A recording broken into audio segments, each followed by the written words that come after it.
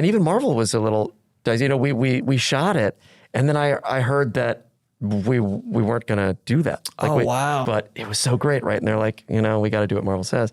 And then the process went on, and Marvel came back, and they're like, you guys have earned it. Oh, that's incredible.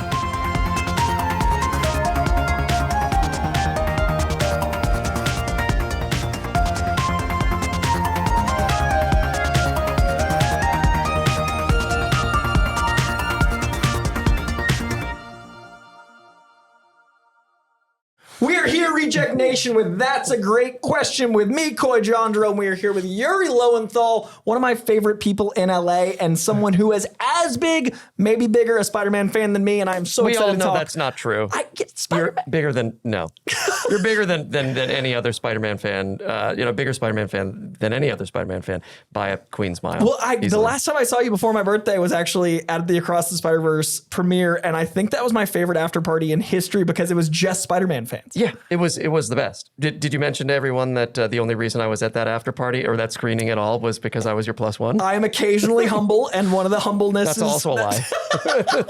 That's fair. Let's be honest, and that's a great question. But yeah, I brought you to Spider-Man because like I didn't think there was a way to celebrate Spider-Man better, and that after party I think was like what I see the legend of after parties like in the 80s and 90s, like Hollywood, but it was all Spider-Man fans. It felt like a celebration of Spidey. Yeah, it felt very safe. I usually feel very unsafe at parties like that. I sort of hide in the corner and am afraid to talk to anyone, but everybody there was safe. Yeah. And it was like nerds in the front of camera meeting like Bendis and Slott. And like Lord and Miller wrangled, I think, the greatest hits of Spider fans. Yeah. So I've never had a better time at an after party. Yeah. And I met some people that I had never met before that you would assume by then I would have met. Yeah. That was the first time. And the moments to introduce like voices of characters to their namesakes and people that created them, and seeing it was like Maury Povich but positive, like this is your father. Like it was such a joyous time. Yeah, Josh Keaton was there. Yeah, who I'd never met in person. We talked online, and Josh is a delight, man. Yeah, Josh is the best. And that was the first time that I almost met Jack Quaid, and then you sealed that deal, and now we're besties. But he's like in so many photos of us in the background doing like thwips without you guys having met. Super photobombed us, yeah. Because you, Jack, and Nicolas Cage are the only three people on the planet to be both Superman and Spider-Man. I would love somebody to fact check that claim, but I think I'm right. Because I told him that at a thing he was doing, and then at my birthday, you guys were talking about it, and you cementing it made me feel like it was true. It's the best club ever.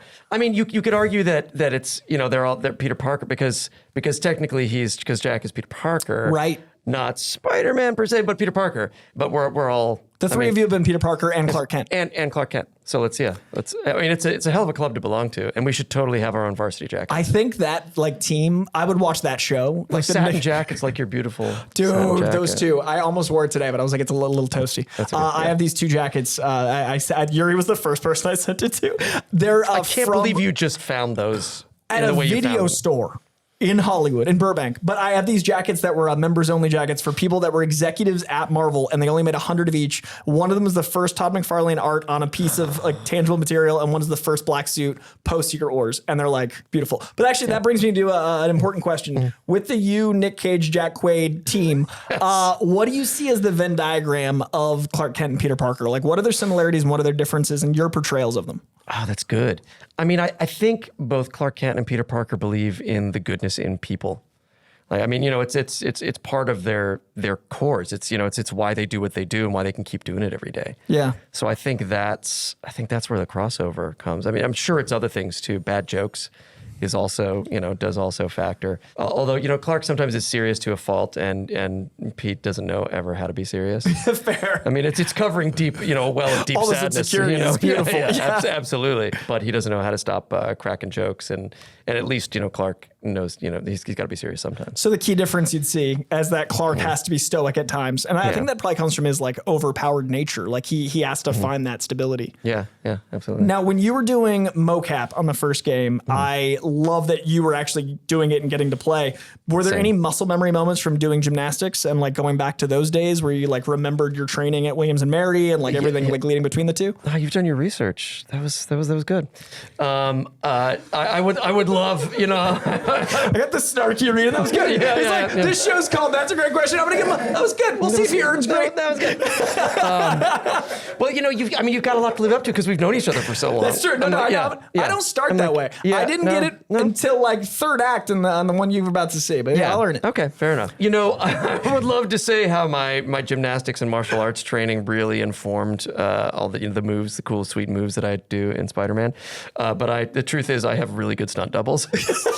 So if it's a scene, if it's like a cinematic, a cut scene where Pete is being Pete, or Pete is doing something really, bumbling and nerdy, that's likely me. That's likely so your my gymnastics body. background is like walking through the hallways. Right, exactly. Well, the thing is, I could have tried some of that stuff, but I'm like older than I was when I was in college doing gymnastics. And even when I was in college doing gymnastics, I wasn't great.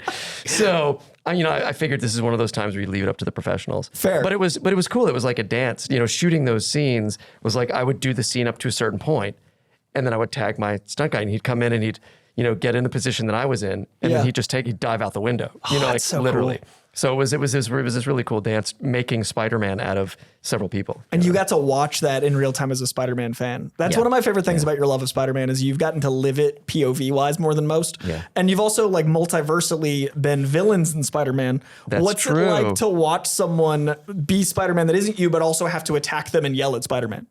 See, that's it. That we have such a weird job. Yeah. And when you're a nerd, it gets even weirder. Yeah. Because like quantum theory means like you're both those things at once. That's true. So I am at times, Kurt Connors and the Lizard. Yes. But also Spider-Man all and at the Ben same Reilly time. and Peter Parker issue 151 when they're just brawling on that haystack. Like it's right, and Spider Cop. Yeah. Who's canon now? Who's canon, which is, that was one of the greatest things they ever did post, that first game. Yeah. Was to make Spider Cop canon. We had to immortalize that moment because unfortunately he doesn't make an appearance in 2. But I think the comic book adaptation, which we'll get to, is plenty of lore. Yeah, without a doubt. I keep, I carry a torch for that guy, and he deserves his own DLC, but I don't know that we'll see it. Brian. Yeah, right. I know. Oh, so sorry. My original question. I let us distract. When you're doing a voice of a Spider-Man villain, how disorienting is it having played Spider-Man so long to be someone attacking someone you're also identifying with as? It's weird. Because I keep wanting to step in when there are Spider-Man lines in the script, or when it's and it's hard not to go. Oh, would I have said the line that way? Yeah. But luckily, there's so many different incarnations. So many different projects, and each project is different. So the Spider-Man in that world is a different Spider-Man. It's we understand now the Spider-Verse. It's a different Spider-Man. So it wasn't super hard. It was about as confusing as yelling my own name in the Spider-Man game because Yuri Watanabe, I had to yell Yuri so many times, which is weird because my name is Yuri. And then the whole other layer of weird gets added onto because I know that my wife is playing that character. It's going to be the voice coming back at you as Yuri. Right. Did that ever happen in the booth? Did you guys record together, or did you not know what that would feel like until you heard it in playback? We didn't record together because so much of it was gameplay, and all the gameplay stuff we record separately.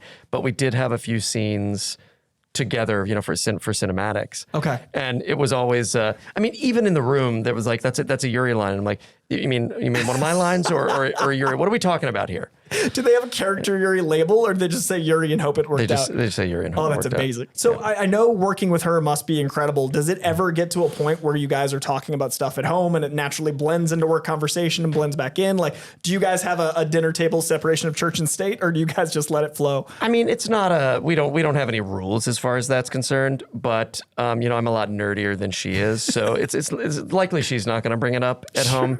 So Spider-Man. We're certainly not against it. Yeah. But usually she gets home and she's like, and now we're home. And I'm like, yeah, but Spider-Man. She's like, yeah, you're Spider-Man. Good for you. The costume we both, like the suit we both have so we can feel like we're being adults but also being Spider-Man is very important for that sanity line. Totally. Like having a tailored suit makes you feel like an adult. Yeah. The only time that she ever sort of let it bleed in was when I was doing Prince of Persia a long time ago, and it was probably the last time she touched a game console, to be honest. But she would get frustrated with me, and she'd go in the other room and like jump the prince off cliffs. Like, it was because we don't fight well. Like she and I are really bad at fighting. So you fight virtually? She'd be like, "Excuse me," and she'd walk out, and I'd hear I hear myself, screaming, and then going, "No, that's not how it happened. Let me try again." Oh, that's amazing. Yeah. I love the virtual reality Matrix punishment of like, I'm so mad. Yeah, exactly. So with you playing Spider-Man in this very specific take, like the Insomniac Sony take, I do feel like there's only a few actors that when I read a comic, I hear the voice, like Ryan Reynolds, Downey, because they've made Tony Downey. Yeah. But the Spider-Man comic adaptation Insomniac, that's 100% your voice. Like I hear you when I read it, it's like you're Spider-Man. What do you think is the biggest distinguishing factor of the Insomniac Spider-Man as written and as portrayed that separates him to you from 616 or 1610? I mean, God, the writing. People must at this point think I'm sucking up to the writers at this point, but He wants Spider-Man 3. But right, well, yeah. You guys are gonna recast, right? Like writers have any power over anything. As we all know, at the strike, writers are going to raise the power level. Yeah, but the writing was just so good, and I love that they chose not to do the origin story again. Yeah. Like we don't need to do this. We've seen it so many times. Everybody knows, that he got bit by a radioactive spider. It was goofy in the beginning, and then he, figures out, and with great power and all that stuff. So I love that they said it a little later, and I love that they seem to have done a great job at giving it. Insomniac has been great at giving us all the things that we love about a character we know so well, and yet turning it just a little bit so that you're still on the edge of your seat and you're like, wait a minute, that's a surprise. Yeah. Like I didn't think, I had any surprises left with Spider-Man. I was expecting it to go like this because you're leading me down this path that's so well worn. Yeah. And then there are these little, things back and forth that you're not expecting. And they're just brilliant at that. I think Spider-Man is one of the characters that because he's so well worn and because he's so archetypal, we can have moments like the Green Goblin subversion into Vulture in the Homecoming movie, and we can have the subversion with Doc Ock. Yeah. Was there a moment as a comic fan when you first got sides on the first game that really made you go like, oh, they're doing that? Like, were you surprised at a certain turn? A couple surprises. That we know that Doc Ock story, and we've seen it. We've seen it in comics, we've seen it in movies. Yeah. And it's arguably, for a lot of people, that's, their favorite of the Tobey Maguire Spider-Man films. So for them to sort of take that, I was a little nervous. I was like, really, are we doing this? But because it's a game, there's so much connective tissue to get to that, even to that story. Yeah. There are plenty of other villains. Not like they haven't tried to cram a million villains into a Spider-Man movie before. No, but never. That's not the problem. What are you talking about? Lean. But also the Aunt May thing. Yeah, that was rough. I mean, that was, and I guess we can talk spoilers since the game, just celebrated. It's been, a few it's years. been 5 years. And even Marvel was a little, we shot it. And then I heard that we weren't going to do that. Like wow. They were like, they don't want to kill Aunt May. I'm like, well, I get that, but it was so great, right? And they're like, we got to do what Marvel says. And then the process went on, and Marvel came back and they're like, you guys have earned it. Like, oh, that's incredible. Which is, as I understand it, I hear things from a lot of people, and I don't know exactly what went on behind closed doors, but there were rumors that we weren't gonna kill Aunt May. Yeah. And then it came back. So I love that Spider-Man and Loss are so integral to each other. And I'd honestly say like Gwen Stacy is the most important Spider-Man character because, I mean, not only did that start the Bronze Age of comics and Silver Age, but her death is what like changed Mary Jane from a party girl, changed Spider-Man into realizing things post Uncle Ben. Like there's such a moment when Aunt May dies in the game that feels like Gwen Stacy to me. Yeah. Are there ramifications? And I don't want spoilers because I want to play this game. No, please. I'm not even gonna. Don't even ask for them, audience and commentary. But I don't want to hear anything about the second game that would be negative. But when you were making it, did you feel that weight of Aunt May like Gwen Stacy? Yeah. And I think not only did I feel it, as an actor who went through that and an experience, and as a character who, experiences was clear from that first game, but it plays a part in the story. Like it really, that weight is felt. We couldn't, I don't think we could do that and then sort of pretend like it didn't happen in the game or not refer to it or not let it affect, who Pete has become and, what what his goals are now, and just his deepening well of issues. Peter Parker, very very well-to-do guy. He's taken care of. He's just the most popular. Exactly. He jumps around. All the money in the world. Just a lot of dancing. That was also the Bully Maguire dance we got to do at a red carpet. Is maybe like. I had to. There's only so many life moments. It's what people wanted to see. Yeah, it's the people demanded it. Right. And then again at Comic-Con. Yeah, I had to double down on that, and I didn't tell them. On the table. I didn't tell them I was going to do it because I was afraid that if I said that I was going to do it, they would tell me not to. I saw you right before, like the moment you're about to go on stage, because I had just done the panel before, and I was like, Bully Maguire, and you're like, and then within minutes you announced it, and I was like, it's beautiful. You got on the table. I'm just glad I didn't fall off the table because that would have been a whole different thing. We will not be doing mocap for the remainder of Right. So speaking of the live action Spider-Man, I don't personally like the who's your favorite because that implies lesser. Sure. And I also think that, especially with the multiversal Across the Spider-Verse expansion, they're all canon. They're all their own thing. But what are your favorite attributes of each of the live action Spider-Man as someone playing, and what do you look at each of them as doing that you love most of those ones? Oh man, I grew up with Tobey. It's hard not to think of Tobey. There's something super vulnerable about him. Yeah. That I think Spider-Man absolutely requires, as a character. He's also very giddy with what he gets to do. Once he sort of gets past the awkwardness of it, he's giddy with what he gets to do. He never saw himself, getting to affect the world in that way. So I've always loved that about Tobey, but everybody's got, and it really only came clear to me in No Way Home, getting to watch all three of them together. And how different they portray the same character and how that character is that versatile. Yeah, I've said it before, but I would watch an entire movie of those three Spider-Mans hanging out in a room, talking about whatever. I don't even care. They don't have to go fight crime. They don't have to save the world. Yeah. They just sit around in a room, and talk, and I would watch the shit out of it. The scene in the lab is one of the best. It's so Spider-Man. Great. It's so great. And I didn't know I loved them all so much until that moment. Yeah. I'm like, I've got my favorite, and the other guys are doing a great job. Sure. And it's and I love the reason, movies for different reasons, but it was that movie that made me realize how brilliant each of them are. I've always seen them and your portrayal and Josh's portrayal and all the different ways they can be played as like different runs, not even like ultimate, but like when Peter Parker's coming out the same time as Sensational, the same time as Spectacular, the same time as Amazing, the same time as you've got all these different artists and inkers and writers on a book, and the actors feel like the artist, inker, and writer shaping this character. But with them all in one thing, it felt like that smash page of like artists like jamming together and like making those vibes. Yeah. But I wonder for you, is there an arc or an artist or a writer, any specific attribute that you remember that helped shape your Spider-Man that really was iconic to your shape of who he is? Because I was so young when I got into Spider-Man, I wasn't thinking about that. But it was interesting with, the passing of John Romita Sr. Recently.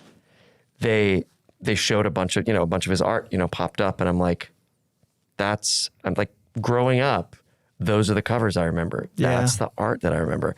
And everybody's, I had sort of fallen out of reading, Spider-Man regularly, I'm trying to remember, exactly when it was, but it was the early stuff that had like the most effect on me and effect on who Spider-Man was to me. And Senior to me, like him and Bagley and McFarlane, like there's certain artists that are different ages of Spider-Man, obviously, because when they did it, but like the emotion in Ramita felt so earnest and open, and I feel like that's the Insomniac take. So those parallel. The character.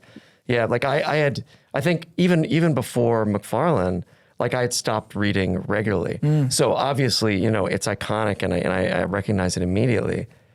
But when I was really keyed into Spider-Man, it was before then. So there's something for everyone. Yeah. If you really want to get into Spider-Man, there's a Spider-Man there for you. I see Tobey as Ditko, yours as Ramita, Garfield as McFarlane, and Bagley as Tom. That's like always my... Oh, wow. Because to me, they're different shapes, different flavors. Yeah. And I was so worried about a Spider-Man game, to be honest, because I was like, this is going to inform in a new generation. Yeah. And gaming has become such a formative part of the arts. And it's so important that I was like, if they don't nail this... Yeah, people were like, so were you just, on cloud 9 for 3 years while you were making this game? And I'm like, no, I was scared out of my mind that I was going to ruin Spider-Man for a new generation. popular.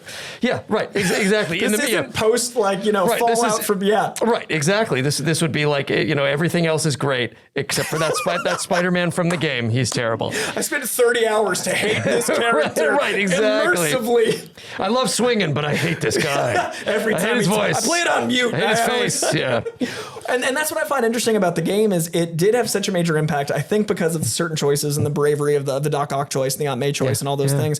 What have been some of the conversations you've had with Spider-Man fans? Because they are a very vocal bunch. Have you enjoyed the cons, enjoyed the immersion? Like, what's that been like to receive that now that the game's been out? I love how emotionally connected people have become to that Spider-Man. Yeah. I love that they say it's one of their favorite Spider-Man stories because when you think of the breadth of Spider-Man stories, I mean that's a big deal. Yeah. When somebody comes up to me and says, "I hear your voice when I read the comics now," they don't know what that does to me inside.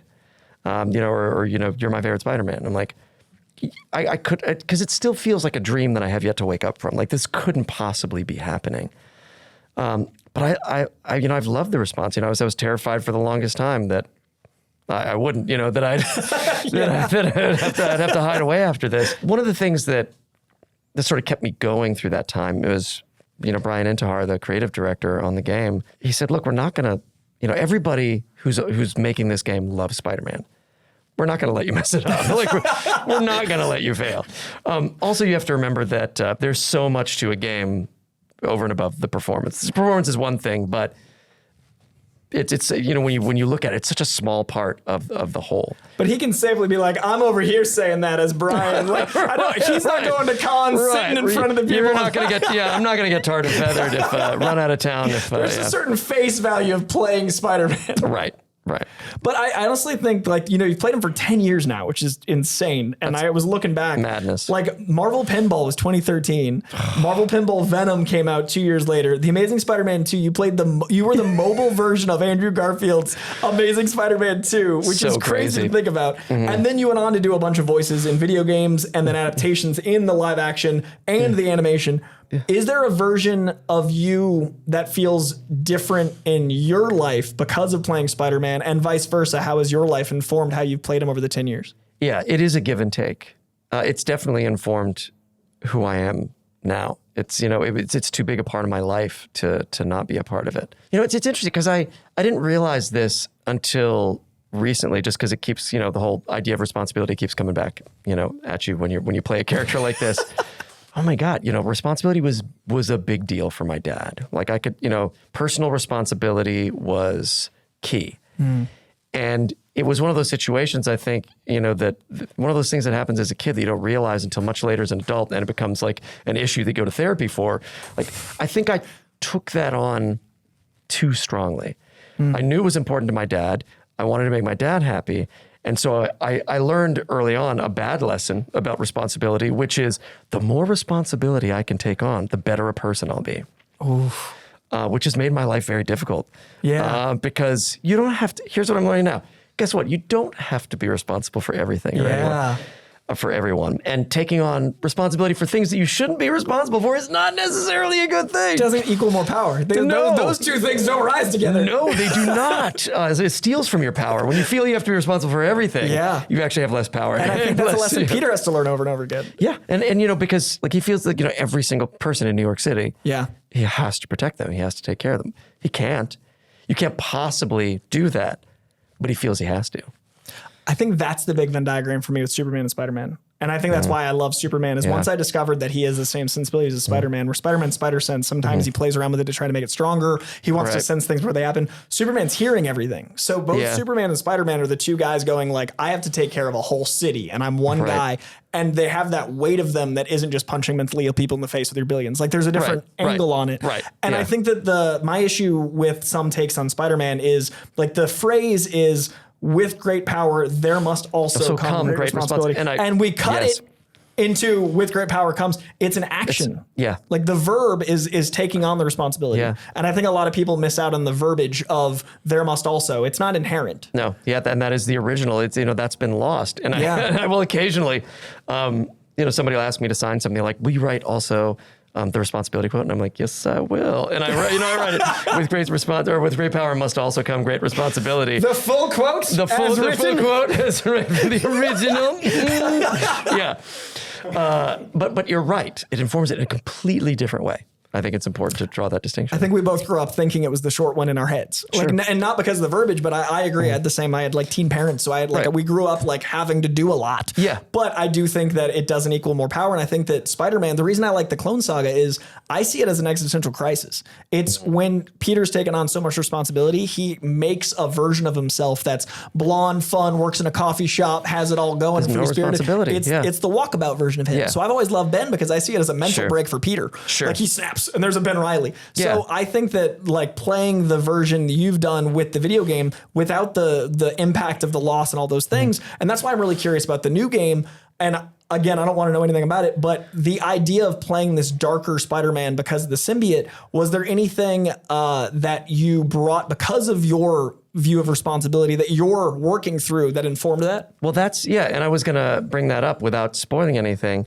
One of the big differences, with Peter when in the new game, when he gets the suit, is he has even greater power and no responsibility. Yeah. What happens then? And in the beginning for Pete, it's really exciting. Like there's no downside. He's got new powers. He's stronger. He's like all this new cool stuff. And all he can think about is, this makes me a better Spider-Man. Yeah.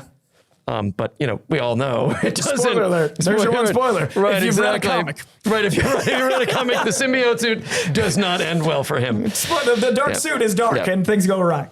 Yeah. I mean, he's your friendly neighborhood Spider-Man. To try to get Peter to not be friendly, like I'd settled into such an easy place with Pete. And like, I know this and I know Pete and I love Pete because, he's so kind and, and all that. And to try to take him in the opposite direction was difficult. It was a lot more, I was looking, in the beginning I was looking forward to it because, everybody wants to play villain. Yeah. Villains are fun. Yeah. But it was hard to make Pete do those things, even in my mind. Wow, that's awesome. And I didn't realize it until we were doing it. And at the end of the day, I was twice as tired as I normally would be at the end of the day. I'm like, what is wrong? Am I sick? What's going on? No, it's just because it's so antithetical to who Peter always has been, as the pure, original Peter, that it was difficult for me to even get him there. I love that. Like your inner turmoil as a Spider-Man fan caused your exhaustion playing Spider-Man. Exactly. Right. I was like, that's not my Peter. He wouldn't do that. Yeah. I don't like saying these words this way. It felt like a lie. Yeah. It's like the Todd McFarlane story about him making the Venom suit was basically because he wanted him back in the red and the blue. Like, so Todd McFarlane. No, I didn't know that. So the black suit. Again, you are a bigger Spider-Man fan than all of us. So Spider-Man was in the black suit from 252, Amazing Spider-Man 252. It was introduced in Secret Wars #8, but the first time it appeared in the mainstream comic was Amazing Spider-Man 252. Venom doesn't appear until the last frame of 299. So everyone thinks the first appearance is 300. It's actually 299, the last panel. Todd will tell you. But it's like Hulk 181 with Wolverine. Yeah, if you really want the first appearance. right. Yeah. So in the end of 299, Todd had only taken over from 298 on. So he'd only done one issue in the black suit, and he immediately was like, I want to draw Spider-Man. I want to draw the webs. I want to draw in the red and blue. The reason Venom exists is because of him wanting to get him out of that suit quickly. So he invented something to throw Venom on. So the Venom suit is Eddie Brock existed. He made him look all awesome and roidy. Mary Jane was obviously the thing he was leering after, but it was all out of Todd wanting the Spider-Man that you and I both love that created Venom. So Todd writing it at the same thing of us, like he wouldn't do that. So Venom exists out of him wanting the joyous Spider-Man back. So it all comes back to, it's one big story. Quantum theory. I'm just as smart and talented as Todd McFarlane. Is that what you're saying? That's what I'm saying. Todd McFarlane, Stan Lee. Right. Okay. Now I personally see the darkness of Venom as an important part of Spider-Man to go through, kind of like, you have to go through your trauma and that experience.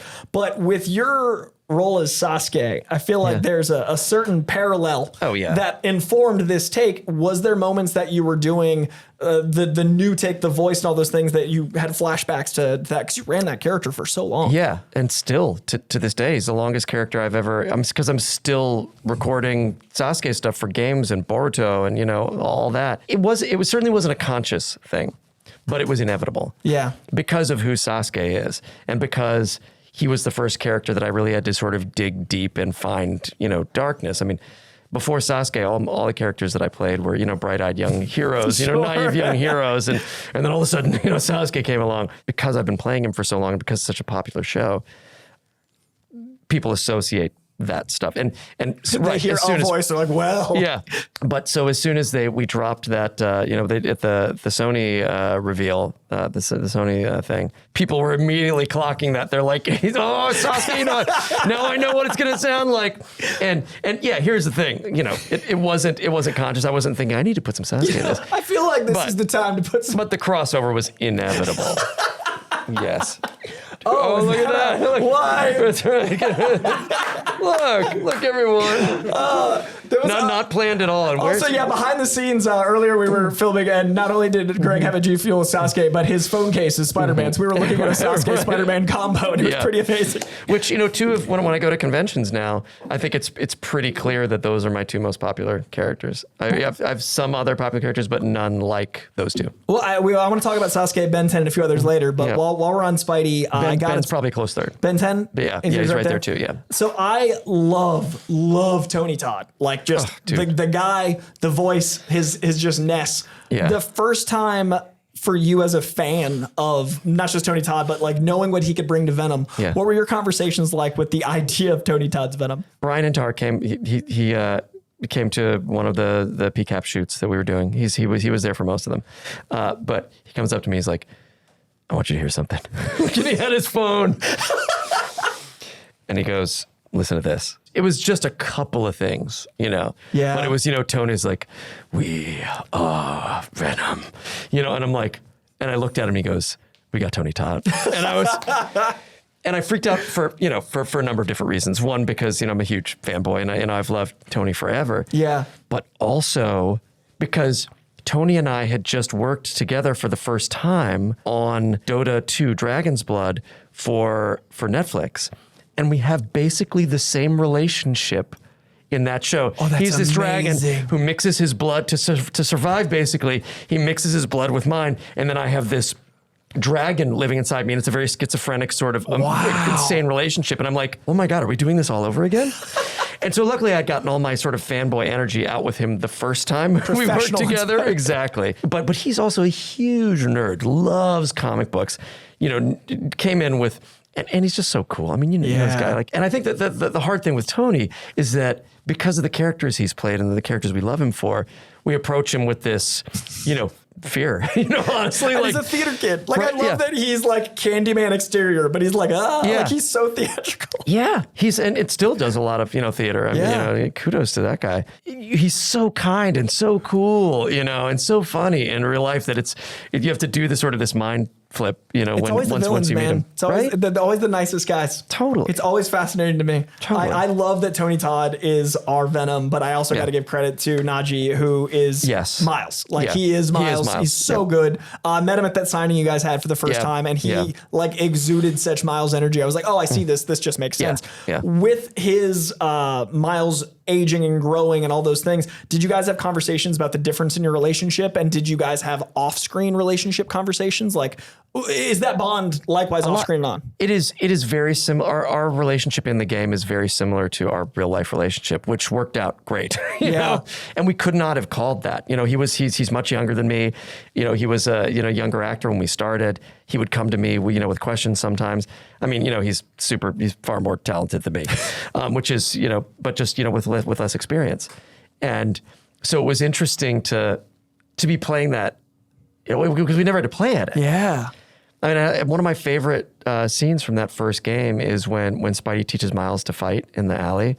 Like, I just love that scene. I remember when we were doing that scene, and I don't know, it's just been, it's been fun to watch him grow up and come into his power, much like Miles. Yeah, there's a lot of parallel. And to a point where, much like we've seen over the games over the last, from the first game to the Miles game to this game, see Spidey go, see Pete go, I don't need to be your mentor anymore. Yeah. Like not only do you have this, but you might have this more than me, I love how Miles has become such a cultural zeitgeist shift in comics and legacy characters. Because a lot of times legacy characters have like a run. They got like a 5-year run where like they're popular. Yeah. But Miles, like if you look at the resale value of comics, Miles is had like a stronger hold than Peter Parker in the last 10 years. Miles is selling more like variant covers and everything than Peter Parker. And Miles is so many people's Spider-Man. And I love that he gets to embody a character that is him in so many ways while it's like at the height of everything. Yeah, that is magic. And I forget, I think it was a writer, I think it might have been a comic book writer, said this on Twitter, and I wish I could remember who it was. Maybe you will remember the comment. You probably will. I'm glad I'm talking to you about it. But he said something along the lines of, you know, when kids hear, you know, when people today hear Spider-Man, most of this generation thinks of Miles. Like they don't think of Peter. And they think of Peter as, oh, that old Spider-Man with the terrible jokes, like that I've never thought are funny. It's the Barry Allen Wally West thing. It's like at some point Wally West is a lot of people's Flash, and it's really fascinating. And it's not like Con-El or Superboy slash Superboy, where it's just like, oh, that was a moment. Yeah, right. It's an evolution of a character that people obviously still need and want.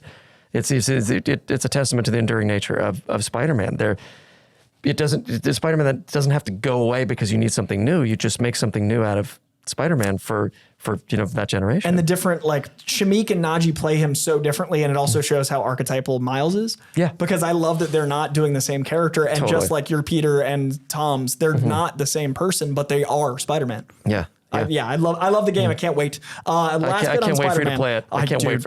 I'm going to live. I'm going to cancel a lot that week. At the time that we're recording, it's like 20 days away, and like I just want it to happen already. I like the fact that I know less than 5% is more exciting than I can quantify because of this job. I know so much about movies when I see them. I know so much about shows. I know the actors, but this game, I'm like, I get to live. It's because we don't have Tom Holland work on this production. That's true. Tom's just out here like, so the end with Venom. He is actually right. Tom, we love you. Right. But I also want to briefly talk about our Across the Spider-Verse experience. That's my last bit of Spidey stuff. Then I want to dive into things before. If we have to, I know. I mean, just audience. They like Sasuke. They like, I'm going to fix it. They like Sasuke. I got to give them time. Right. That's right. I heard myself say Naruto, Sasuke, and Sasuke. They like Sasuke. I want to give them their time. Right. No, we saw Across the Spider-Verse together. Thank you. Yes. I felt it. We saw Across the Spider-Verse together, and I had the most interesting time watching it the first time without you, and then watching it my second time with you. Because the first time I watched it with a giant crowd of like movie fans. Right. And there were certain pops. But watching it with you, there were Spider-Man pops. And there were a bunch of times when we both like actually stood up because we were talking to Lord Miller at the end. They knew where we were sitting because of our yells. So I remember specifically they like referenced us getting jokes that other people hadn't. With that viewing experience, are there moments when you watch other mediums of the character you play when you feel like your Peter is in that universe? Like, did you have that, like, because you physically are in the movie. Right. Did you think of where Peter would be running around across the Spider-Verse while being enveloped in a world? Not so, because I was so taken with the movie. Like, I could not think back or ahead. Sure. I was just taking it in. You know, our Earth 1048 Spider-Man is part of that, special team, but it's Spider Cop. Yes. But he's talking like Spider Cop. Clearly in his line, it's not a very Spider Cop delivery. But I love the idea that they chose him because he's a cop. That's so good. Because he's a detective. Yeah, a Spider Cop in the Edge running the Spider-Verse. Exactly. Because the whole time I watched it, the fourth time, I was like, okay, where would I imagine that Spider-Man? Like I was planting like Miguel would like that guy. Like he would hate that Peter, but he'd love, and maybe he made a mistake. Like he's like, I thought I was getting the Spider Cop, and then this guy shows up and he's like, I'm not really, He's the Ben Reilly of that. Like he's just like, this isn't what I wanted. I'm so sorry. What have we done? I've made a horrible mistake. I've recruited incorrectly. I saw Cop. I got excited. Yeah. Now, you also have a giant property coming out right now. I think it came, as of filming, it came out a week ago. As of releasing, it's probably about a month. But Mortal Kombat is another giant zeitgeist shift in video games. Yeah. And Smoke is one of the ninjas in this insane lore. Who did you call first? What was it like finding out? Like, what was the experience of knowing you're in Mortal Kombat? Well, the crazy thing for me about Mortal Kombat is I wasn't a big Mortal Kombat player going into it. So I didn't have a lot of the attachments that I would like. When I got Spider-Man, it was one thing. Sure. When I got Mortal Kombat, now look, who doesn't know what Mortal Kombat is? And I'm old enough to have been pumping quarters into cabinet video games, and I remember Mortal Kombat, but it wasn't a game that I played. What it was the first of many faux pas. Like when I showed up to when we started the first recording session for it, I'm like, so tell me about this new character, Smoke, and and I really, because I just I was a little more clueless on this front, and Dominic Cianciolo, who was the writer on the project and who directed all the voiceover sessions that I was in, I was like, okay, let me correct you there. Smoke is not a new character. We haven't seen him in a while, but he's not a new character. But thankfully, he's a ninja, and I've played ninjas before, so Familiar. Right. But maybe it was good because I didn't have a view of who I thought I should sort of stick to and make him into what went before. Yeah. So I just worked with Dominic to create the Smoke for this game. I love that that's the opposite experience in real time as Spider-Man. Like the most dedicated could not be more invested in what he's been to you, and like this guy. You're right. Do you have a favorite fatality or anything while you were developing the character that you were like, oh, he's going to do this, and that surprised you having you have less experience? I mean, the surprise for me was that we recorded a variety of different sort of options, and then I think they built the fatalities and then sort of pieced together all the different horrible sounds that we made. So I didn't know what they were going to be in advance. So actually, I got to play it for like the first time a week ago, and it was fun finally getting to see some of that stuff. Because I mean, that's I may not have been a huge Mortal Kombat guy, but it's still Mortal Kombat. I still use the song from the 1995 movie, 1996 movie to wake up to in the morning. Like I said, it was like I had my first like clock radio that you could actually choose a song on a CD. It wasn't just what came on on the radio, and I chose the theme song to that movie because it just got me fired up. Oh, it's still my workout mixes always. See, like that makes the cut. There you go. There's like the Blade soundtrack, Matrix. There's certain like techno 2000s. Yeah.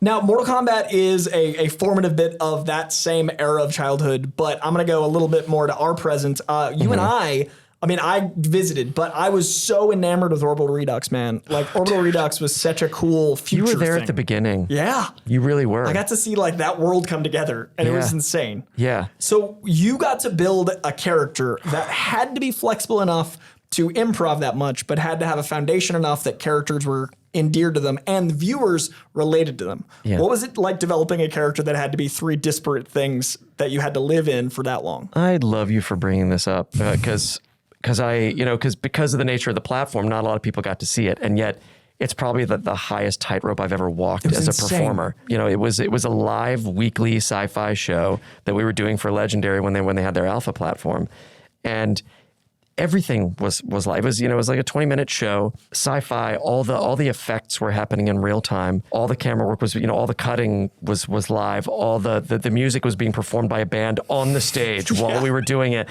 As if that weren't, more, difficult enough, we let the chat sometimes decide things that we would have to sort of pivot in real time on set. Sometimes it was full improv, and then we'd sort of get back to the story, get back to the script, because we did have a story we wanted to tell, and we weren't just going to let them, come up with everything. But sometimes we had several like branching parts of the script, and we had to prepare all of them. And then we'd let the audience choose. And then right before we went live, we took the poll, and they're like, okay, we're going with, branch 3. Yeah. And we'd all have to sort of reset our brains as to what that meant. I don't know how we did. I'm glad it's out there on Dust. You can watch it on YouTube. And just remember, if you're watching it now, remember that it's that when we were doing that was live. 2018?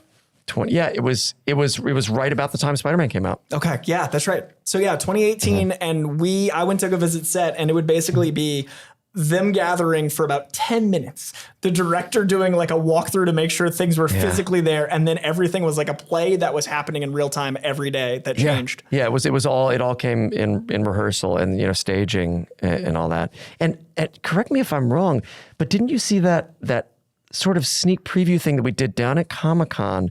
Were you down at the Geek and Sundry thing? It was like a interview with the character and a fake interviewer.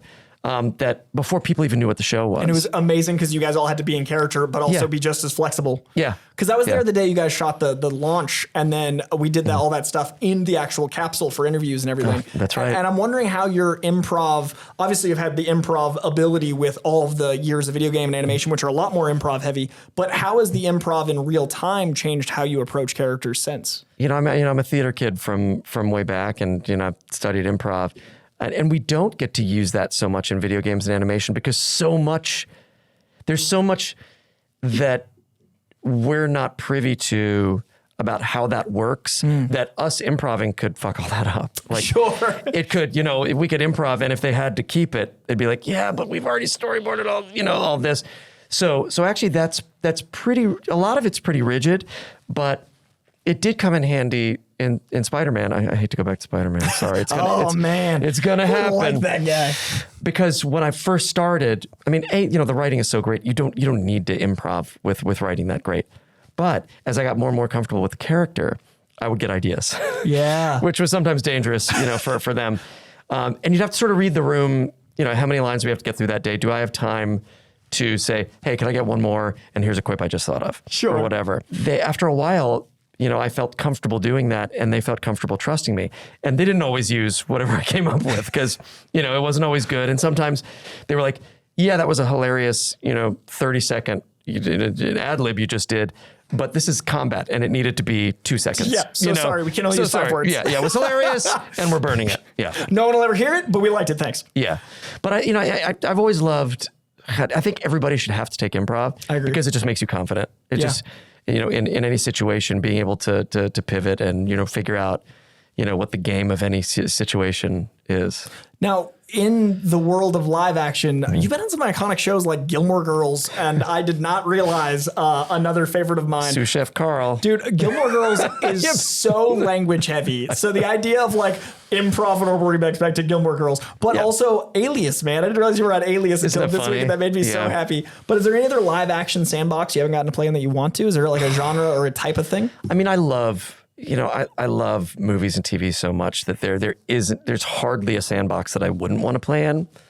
But, I'm an unabashed, genre TV and film guy. Like if you said you'll never be able to watch, serious, shows again, you have to, just stick with genre stuff. Be like, okay, I'll miss the bear, but like that's, that's I lose 5% of my content. Right, exactly. For the longest time, I was like, I want to be the first, American actor to play the Doctor.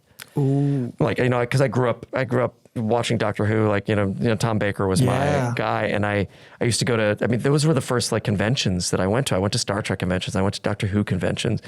And I still have all the doctors through Sylvester McCoy. I have their autographs, except for who was for the first Hartnell, William Hartnell. I think is that we got nods. Yeah, okay. Yeah, because Hartnell was already dead by the time I started watching. And I have all the original cast of Star Trek except for what's that guy? Bill Shatner? Yeah. Oh, that guy. Yeah. Been to space, came back. Right, exactly. It's two Bills. Bill Hartnell and Bill Shatner. I've just loved this stuff for so much. It's always fired me up, comic books and movies, fantasy and horror. And I'd love to, I kind of feel like I'm in my Elijah Wood phase. Yeah, where just all I want to do is make indie horror movies with my friends. Him and Daniel Radcliffe made the right moves, man. Right? Make the franchise, make the money, and then live. And then just you do what you love the most. Yeah. Which he clearly does, Pattinson too. I feel like Pattinson doesn't quite get the credit because he's the intense darling, but same. Pattinson had me at the Rover. Yeah. It was my favorite movie that year, and I'm like, wait a minute, that's that guy. Yeah. And Guy Pearce is a force, and he's acting circles around Guy Pearce. That guy is just killing it. I could not believe it. And then, Good Time and The Lighthouse. And he earned his Batman. I feel like that all shaped the Bruce Wayne he made. Yeah, you can, without a doubt. So I went through the 800 credits you have amassed as of Spider-Man 2. It's a very polite way of saying that I'm old. 800 credits. 800 credits. No. Insane. Yeah. But I'm going to go personal for a minute. I want to know a mix of personal and professional. Okay. proposing in a Chi-Chi's parking lot. Chi-Chi's is a restaurant that I adore very much. That is amazing salsa. Do they still have them anywhere? There are a couple in New England that I know of as of pre-pandemic, but Okay. Chi-Chi's salsa I still buy. I don't know if the restaurant's still going, but Chi-Chi's, yeah. and then driving cross country impromptu, and then deciding while driving cross country to just go ahead and get married after the surprise engagement in Right. Vegas after midnight. Yeah. And still, with this wonderful woman, now with an awesome kid, is there any character you've played that's that romantic? I think the real me is more romantic than any character I've ever played. I went through 800 credits and I was like, who? I couldn't find one. I Yeah. looked because I was like, that's because the Chi-Chi's Yeah. thing. And like, man, you guys get married in Vegas is so. You could argue it's a deep anime, but Durarara is a show in which I played a character named Shinra Kishitani on it, and he's this he's a terrible romantic. And he's adorable, but also super twisted. Like he's in love with this spirit, this she, like an Irish spirit named Celti, and you find out later that he's been hiding her head so that she sort of stays with him, basically. Wow. He's super romantic, but also really, really weird. That is so heavy. Yeah. That is a very intense. Now, also on the personal side, you played Ben 10 for years, and I do want to talk about Ben 10, but your kid is also approaching the age of OG Ben 10. That's true. So what is it like seeing your kid approach the age of a character whose voice you've done, and how does that reframe how you see that demographic in your head? I have loved using my son to go back and revisit like animation and like things that I either didn't get to and now I have an excuse, Sure. or that I want to go and finish, or that I never got to do, or to even look at my own work. I've done a pretty good job so far at edging him into the things like I was afraid that if I pushed him into all the nerdy things that I liked, that he would immediately rebel, and I'd be like, oh no, you know. But I think I've done a pretty good job of, because he watches. We just started watching Naruto together from the very beginning, which I've never done before. And he loves it. Ben 10 we've been watching for the last couple of years, and he loves, like, if he could be Ben 10, and to your question, to your point, I mean, we all want to be Ben 10. Like, I mean, that's the genius of that whether show. it's related or not. Yeah, but if he loves that. But then I was using my son to be even a bigger nerd.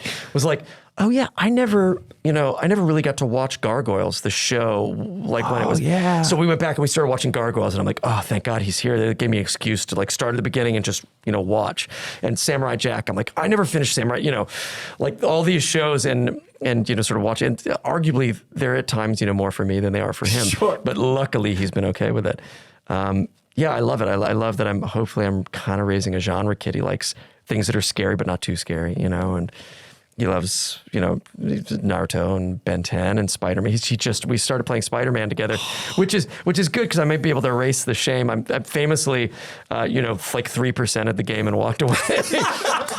And so now I think I'm up to like 15% playing it with him. So we may actually get to the end, and he will be the reason that I do. So I want to make sure I get this name of the place right. But when I look at voice work, so much of it in my head comes from meeting people and the actual act of living and seeing how people communicate. And if I have the timeline right, I think you were the coordinator of English relations as part of the Japanese exchange and teaching program before you decided to be a teacher, and then before you decided to be an actor at all. Do you look back on that time and the way you analytically looked at communication as something that informed how you got into voice work and how you perceive language? I told you not to get smart with me, Coy. Because it seems so 1 and 0 to me. Did that help inform though? Like VO feels like a very similar parallel. Yeah, I mean, again, I think, a lot of people are like, well, what should I do? Like, I want to be an actor. What should I do? What classes should I take? And I'm like, well, it's great to take classes, but you also got to go. I find that interesting people who lead interesting lives make interesting actors. And so you can't just limit it to, I know a lot of people who are like, I'm in all the classes and I'm doing all the work. And I'm like, yeah, but you gotta go and live a life. You gotta have stories to tell, and you've gotta see the world. And I grew up, my dad was in the Foreign Service. He was with USAID. And so we grew up traveling a lot, and my mom, was not originally from this country. And so, I had family elsewhere. And I just assumed that I would, even after I fell in love with acting, I assumed that wasn't, like a job that I could do. That I would probably go into the family business. Yeah. And I was sort of in on an international relations track. And and I had fallen in love with Japan. And so I went to Japan, and I thought this was, and I was loving it. I mean, it was everything that I had hoped, and yet there were surprises every day. But I just wasn't gelling with the the bureaucracy of the job that I had over there. I went over on the JET program, the Japan Exchange and Teaching Program, but because I had already been studying Japanese and I'd already done my junior year abroad in Japan, they gave me this coordinator for international relations position. And while I loved that it got me to Japan, I found that I was sitting in a room, and this was the early or mid 90s.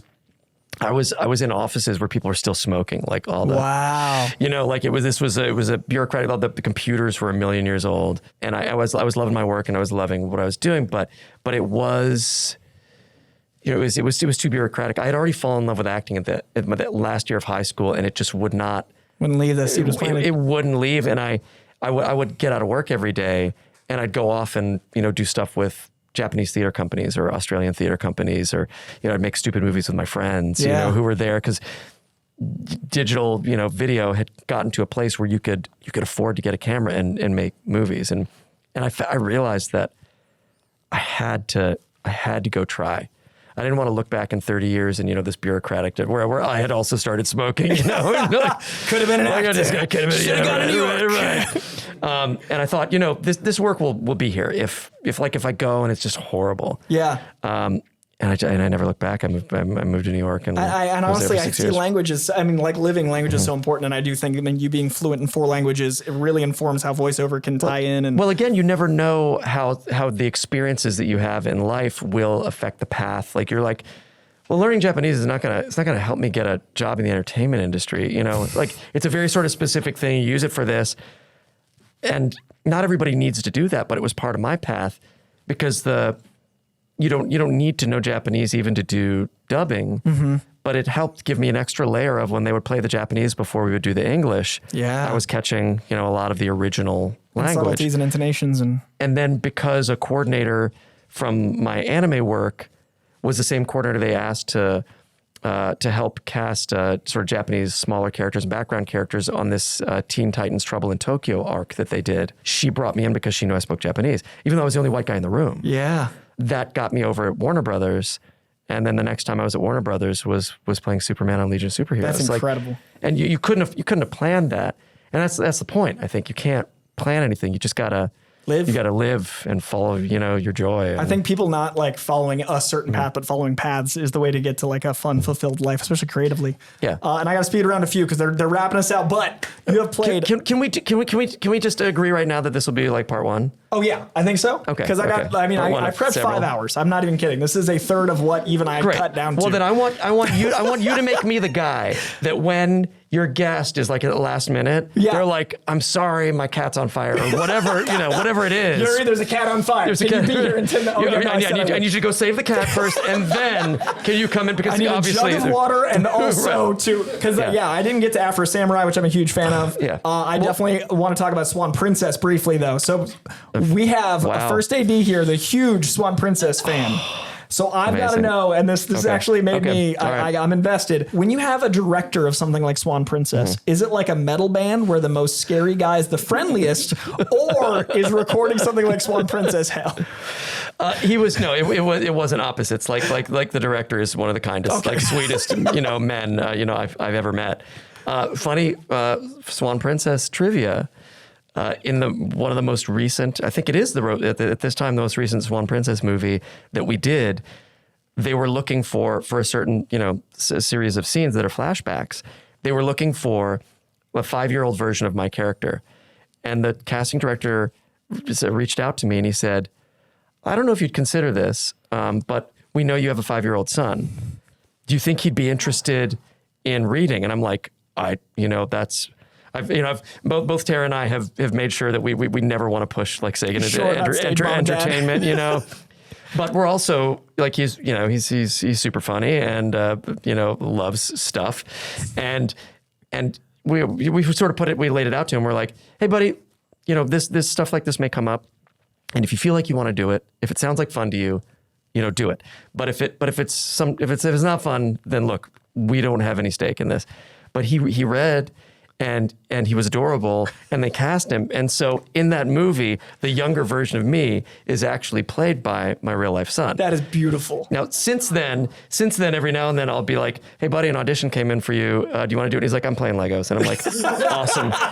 Good, you're also still a kid. This is very important to me. Exactly. And occasionally he'll be like, yeah, that sounds like fun. But it's been, that's beautiful. Yeah. All right, we're going to do Sasuke and Ben 10 next time. We're going to do a lot of the back in the day, but Great. I have one final I have to ask question. Do it. And then the show title itself. But Yes. you played Leonardo. Oh, that's the name of the show. Yeah, it's a good question. That's why that's up there. I got a couple sarcastic goods in there, but so we got Leonardo, we got Donatello, Yeah. we got Michelangelo. Yeah. You have not yet played Raphael. I've not yet. But you played 3 of the 4 turtles. Yeah, which you know how nerdy I am. It's a big deal for me. I'm wondering, do you have a goal? Are you trying to manifest? Because I read that you dressed as the son of Batman at Batman 1989's premiere and manifested playing him later on. Are you trying to nuts? manifest Raphael? Right now with this leather jacket. Because I trying to be cooler than I am. I don't know anybody else that's played 3 of 4 turtles. Right. Yeah. What's like? Is Nick Cage in that club? Nick, we need you to play Raphael. Is Jack And you Quaid in have that to club? fight Yuri to the death. Yeah. No, I have to. Like, I feel like I have to. You know, I mean, here's the thing. I mean, my voice doesn't tend toward. I mean, but then Sasuke. Yeah. I mean, so you could argue that Sasuke is the Raphael of Definitely in that direction. right? Yeah, no, I'll always angle for it, but there are always people who tend more easily towards that. Like, I'll always want to play Batman, right? But let's be honest, I'll play Robin. You know, like, I mean, that's a few times. That's yeah, right. That's more towards in the zone. But yeah, that's it's just another nerdy like another check mark. Yeah, played all turtles. Yeah, I have that sort of mental list, and every time I get to play a character that I grew up with, that I loved, that has like a sort of like a pop culture, just the history is always extra special for me in a way that might not always appeal to every actor, or they might not sense it in a way they're like, oh yeah, I'll play that. It's a job. Sure, not a Yeah. Well, next time I want to focus on DC animated because we actually just rewatched like 30 of the 50 DC animated films we're going through on this channel and going through all of them. So we're going to be talking all the time. Yeah, definitely. Part 2 through 7. Yeah. It's going to be like an evening with Kevin Smith. This is the new Hall H. Right. Okay, great. I love it. I'm so much more comfortable here than I am in Hall H. And I don't have to stand on a table for you. That's true. I mean, we've already done the dance, so we'll save it for episode 4. I'll come up with another dance. We'll get the people back. We're like, guys. You guys have a wide angle? Yes. That's what it's for. Right. But the theme of this show is great questions, and I think that the most human thing is communication. I think the internet has made communication more prevalent but less common, and I love the idea of positing questions that kind of open people up. Is there a question that philosophically changed you, or any question that you want to posit to someone else that you feel like would open something up in them that you've experienced in your life? You should have prepared me for this one. I'm a big believer in kindness and the power of kindness, and we live in a world today where it's not always seen as a power or a strength. Strength is a very specific thing, and I guess my question has to be at this point, as someone who still clings to that as something that's important and truly transformative. Is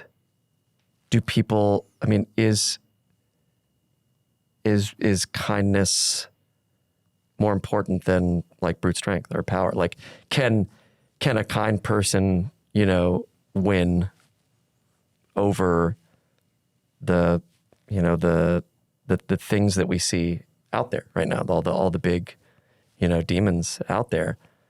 Is kindness truly powerful enough to fight that and to win? Wow, I was not. That's no Spider-Man. I think that's thematically this episode. I think that's kind of Peter Parker's whole thing, right? Yeah. Yeah. I think that's very not Raphael, but very Spider-Man. Right. I'll take it. There's the reason why you haven't played it yet. That's why I'll never be Raphael. It all comes back. But dude, absolute pleasure, man. This was I cannot wait to play the game. I feel like that's going to be, we could do a whole episode on DC, but also then after I've played the game, like that'll be the run through. Oh yeah. Like at least 7 more episodes. I cannot fathom how much it must feel like a great power and great responsibility, because there must also come great responsibility with power. There must. But thank you for Doesn't always wielding happen, that but there with should come. Spider-Man. Yeah. You've been very responsible with how important he is to us. So thank you for wielding that power responsibly. It means the world, man. Thank you, Coy. It means the world that after knowing each other for so long, we get to hang out like this. Yeah, we actually we talked about this for like, I think we've talked about this for the better part of a decade. And you're like, we should do that long form thing. Yeah, I know. We did Here it. we go. Much love, Reject Nation. That is going to do it for Yuri's first of 7 episodes. We'll be back to discuss so much more. And I love that question, man. I think kindness is a lost art, but it is the greatest superpower. I don't care about flight or telekinesis or invisibility. If you're kind, you're a hero, and it's important to just do that. Or to quote Aunt May from the first game, when you help someone, you help everyone. There it is. No better ending. Much love, you lovelies.